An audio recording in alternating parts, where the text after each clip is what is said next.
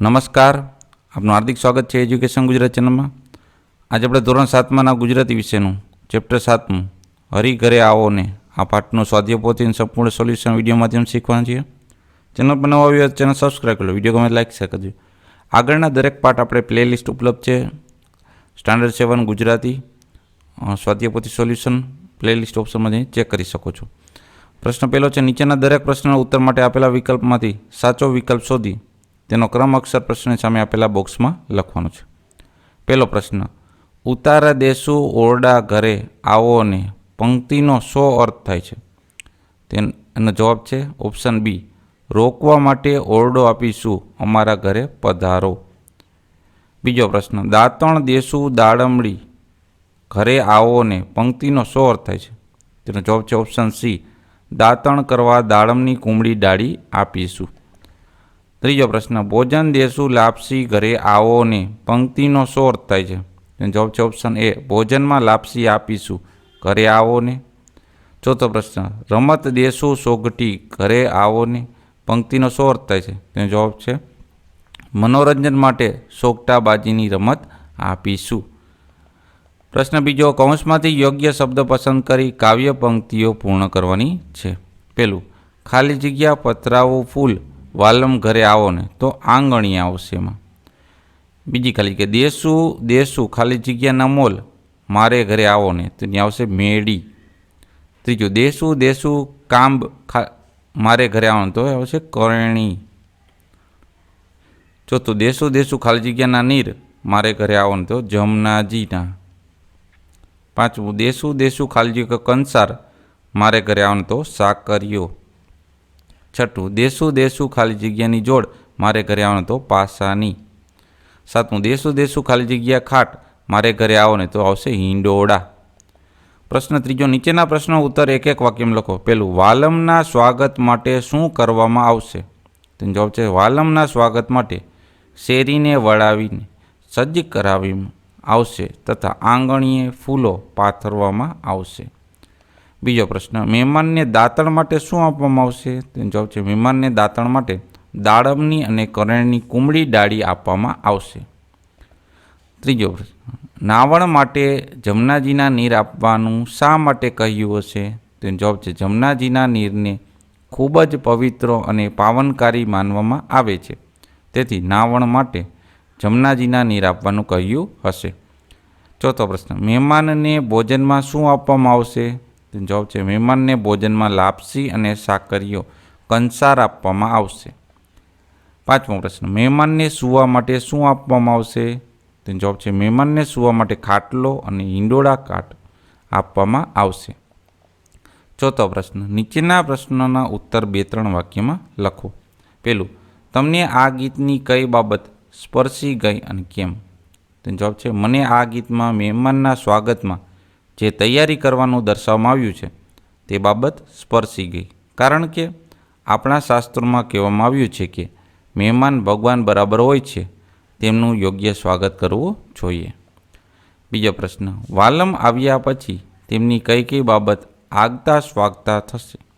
તેનો જવાબ છે વાલમના આવ્યા પછી તેમને ઉતારા માટે ઓરડો અને મેળીના મોલ, દાંતણ કરવા દાડમ અને કરણની કુમળી ડાળી, નાહવા માટે કુંડિયામાં જમનાના નીર, ભોજન માટે લાપસી અને સાકરીઓ કંસાર, મનોરંજન માટે સોગટી અને પાસાની જોડ, સૂવા માટે ખાટલો અને હિંડોળા ખાટ આપવામાં આવશે. પ્રશ્ન 5મો, આપેલ પંક્તિનો ભાવ દર્શાવતા વિકલ્પ પાસે ખરું નિશાન કરો. પેલું, શેરી વળાવી સજ્જ કરું ઘરે આવો ને. તેનો અર્થ થાય છે ઓપ્શન બી, આંગણું ચોખ્ખું કરીને તૈયાર છે મારા ઘરે પધારો. એ ઓપ્શનમાં રાઈટ કરવાનું, બી ઓપ્શન બરાબર. બીજું, પોઢણ દેશું ઢોલિયો, તેનો ઓપ્શન છે સૂવા માટે ખાટલો આપીશું.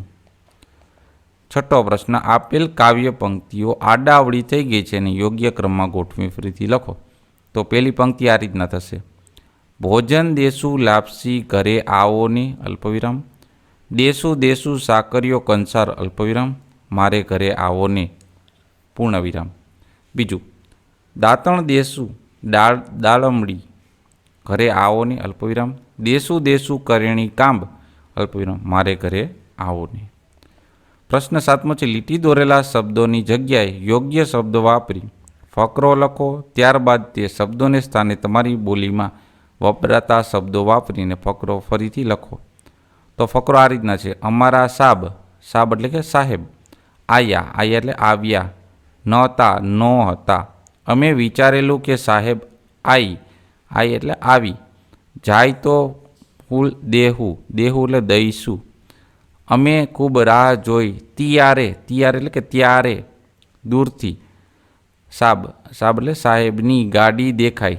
તેઓ સાથે બીજું પણ કોઈ આવ્યું, આવ્યું એટલે આવ્યું હતું. ઓહ, ઈ તો જાદુગર. અમે ઈમને એટલે ઈમને એટલે કે તેમને ફૂલ દીધું. પ્રાર્થના સંમેલનમાં તો ટેસડો પડી ગયો. જાદુગરે તો ટોપલીમાંથી કબૂતર કાઢ્યું, કાઢ્યું એટલે કાઢ્યું. નહીં, નહીં એટલે કે એ. કબૂતર પોતાની ગજવા, ગજવા એટલે કે ખિસ્સામાં નોખ્યું, નોખ્યું એટલે કે નાખ્યું. પસે, પસે એટલે કે પછી. ખોળાયું એટલે કે શોધાવ્યું. તો મારા ચોપડાના થેલામાંથી જળ્યું, જળ્યું એટલે કે મળ્યું. પ્રશ્ન 8મો, નીચેના શબ્દોની જોડણી સુધારીને લખો. તો આ રીતના લખાય. શેરી, આંગણું, હિંડોળો, ઢોલિયો અને ફૂલ. પ્રશ્ન 9, નીચેના શબ્દોના બે સમાનાર્થી શબ્દ લખો. શેરી એટલે કે ફળિયું અથવા પોળ. ઘર એટલે ગૃહ અથવા રહેઠાણ. ત્રીજું, નીર એટલે જળ અથવા પાણી. ચોથું, ખાટ એટલે ખાટલો અથવા માચો. પાંચમું, જમનાજી એટલે કે યમુનાજી અથવા કાલિંદી. પ્રશ્ન 10, નીચેના શબ્દોના વિરુદ્ધાર્થી શબ્દ લખો. પેલું આવોનું જાઓ, દેશુંનું લેશું. પ્રશ્ન 11, નીચે આપેલા તળપદા શબ્દના શિષ્ટ રૂપ લખો. સાહેબ એટલે કે સાહેબ. આઈવા એટલે કે આવ્યા. તિયારે એટલે કે ત્યારે. ઈમને એટલે કે એમને. કાઢ્યું એટલે કે કાઢ્યું. ખીચું એટલે કે ખીસું. નાખ્યું એટલે કે નાખ્યું. પસી એટલે કે પછી. હેસકો એટલે કે હિંચકો. મોચો એટલે કે ખાટલો. પ્રશ્ન 12મો, નીચેના તળપદા શબ્દોના અર્થ આપી લખીને પાછા સમજાવવાનું છે. દઈશું એટલે કે દઈશું, આપીશું. વાક્ય, અમે ઉત્તરાયણ ઉપર છોકરાને પતંગ દઈશું એટલે કે દઈશું. દેશું એટલે કે મારીશું. વાક્ય, જો હવે આ બાજુ આવ્યો તો બરાબરનો મેથી પાક દેશું. પ્રશ્ન 13મો, ઉદાહરણ પ્રમાણે બીજા શબ્દોની યાદી બનાવો. રૂપું એટલે કે ધાતુ છે. રૂપાને લગતું હોય એ રૂપેરી કહેવાય. રૂપેરી એક ભાત છે. બીજું, સોનું એ ધાતુ છે. સોનાને લગતું સોનેરી કહેવાય. સોનેરી પાન છે. ત્રીજું, નાનું એટલે કે ઓછી ઉંમરનું. ઓછી ઉંમરને લગતું એટલે કે નાનેરું હોય તો નાનેરી હોય. નાનેરા બાળ એટલે કે નાનેરી દીકરી. તો આ હતા આપણે પાઠના સ્વાધ્યાય પોથીનું સંપૂર્ણ સોલ્યુશન. જોતા રહો એજ્યુકેશન ગુજરાત ચેનલ. શીખતા રહો. Thank you. આભાર.